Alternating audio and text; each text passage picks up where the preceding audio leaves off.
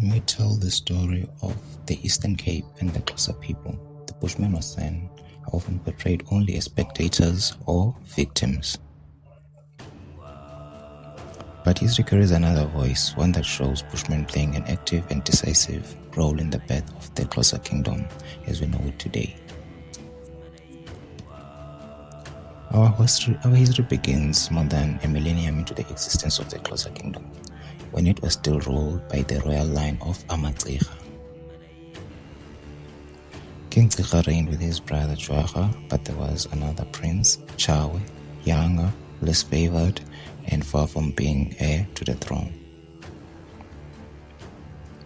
Chawe spent much of his youth in the Xhosa Kingdom among the villages of Amakhudu. When he returned home as an adult, tension grew between him and his half-brothers. One day, after being publicly disrespected and even struck by his older brother Cirha, Chawe resolved to leave. He left the Xhosa court.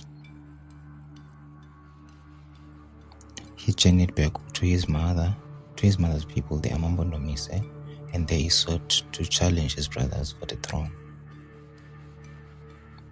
The Amakhudu who rallied to Chawe's side were no ordinary allies. Half of their population carried San ancestry, for Chawe's mother herself came from the Xhosa Kingdom, a village called Umga, which was a place surrounded by caves whose walls still bear paintings dating back more than 10,000 years ago. These caves tell a layered story once marked solely by San figures but later joined by Bantu images as they testify to a meeting of communities of Ko, San, and Bantu people. It is no wonder that Amampondomise proudly call themselves as Amatole Omtagazi, which means the children of a San queen. When the war finally broke out, it was Bushmen from Tsolo fighting within Amakhudu ranks who struck the decisive blow. They slaughtered the warriors who fought for King Cirha and secured a victory for King Chawe. Their role did not end there. After the battle, they moved through the caves of the Eastern Cape, gathering Ko and San families and compelling them to settle under a single authority. From this consolidation arose the Amakhudu identity remembered in the name Omhlatyana, which means little plot of land, a reminder to the ground they claimed and the unity they forged.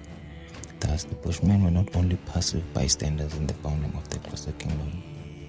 They were allies, warriors, and co-creators of a legacy bound by different peoples coming together and shaping the Eastern Cape's history and Xhosa People's Nation's foundation.